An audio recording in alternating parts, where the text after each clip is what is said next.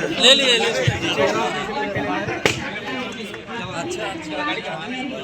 थोड़ी कमियां बताइए।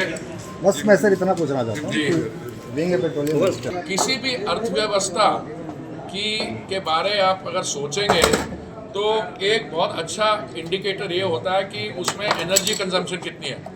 अब ये मान के चलिए अगर किसी भी इकोनॉमी में एनर्जी यूटिलाइजेशन अच्छी है तो मतलब इकोनॉमी इज डूइंग वेल। अब मैं आपको एक दो आंकड़े देता हूँ। हमारी जो टोटल रेवेन्यू है उसके 19% जो रेवेन्यू है वो एनर्जी सेक्टर से आती है, पेट्रोलियम और नेचुरल गैस से आती है। और एक तो हो सकता है कि आपकी एनर्जी कंजम्पशन बढ़ती जाए पर दाम भी बढ़ते जाए। माननीय प्रधानमंत्री जी ने उसके साथ ये भी इंश्योर किया है कि एनर्जी अवेलेबिलिटी मतलब रही है पर अफोर्डेबिलिटी जो है, भारत एक ऐसा देश है जहां पिछले 3 साल में पेट्रोल और डीजल के दाम कम हुए। और कैसे कम हुए? क्योंकि माननीय प्रधानमंत्री जी ने केंद्र सरकार की तरफ से जो सेस लगता है उसको कम किया 2 बार, नवंबर 2021 में और मई 2022 में। और उसके अलावा हमारी जो Bharatiya Janata party rule states राज्य हैं उन्होंने भी अपनी वैट ड्यूटी कम की। तो इसलिए हमारे यहाँ अवेलेबिलिटी भी रही है, पेट्रोल और डीजल के दाम कम भी हुए हैं और सस्टेनेबिलिटी, क्योंकि हमें फॉसिल फ्यूल से लेके हमें ग्रीन एनर्जी की तरफ जाना है। बायोफ्यूल ब्लेंडिंग, एथेनॉल, जब माननीय प्रधानमंत्री जी ने दायित्व संभाला था 1.4% होता था।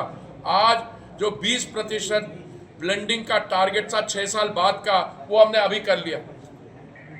कंप्रेस्ड बायोगैस, ग्रीन हाइड्रोजन पे काम, तो सब इस सेक्टर में अच्छा हो रहा है काम। तो जहां पे आप रिफॉर्म की बात करते हैं, मैं समझता हूं जो एनर्जी सेक्टर में काम हो रहा है अभी भी बहुत काम करना है। हमारे को एक्सप्लोरेशन और प्रोडक्शन बढ़ानी है। अब ऐसा है क्योंकि इकोनॉमी बढ़ रही है, 6.5% 7% पे ग्रो कर रही है, तो एनर्जी डिमांड भी ग्रो कर रही है। पर 2006 और 16 के बीच में एक्सप्लोरेशन और प्रोडक्शन में कुछ हुआ ही नहीं। और ये एक ऐसा कैपिटल इंटेंसिव सेक्टर, अगर आज उस पर काम नहीं करोगे उसका नतीजा जो 5-6 साल बाद 8 साल बाद आपको भुगतना पड़ेगा।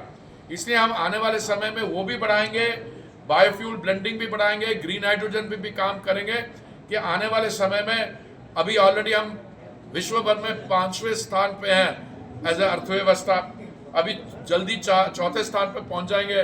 और इंटरनेशनल मॉनिटरी फंड का कहना है 2028 तक विश्व भर में भारत की जो अर्थव्यवस्था 3रे स्थान पर होगी। बहुत बहुत धन्यवाद।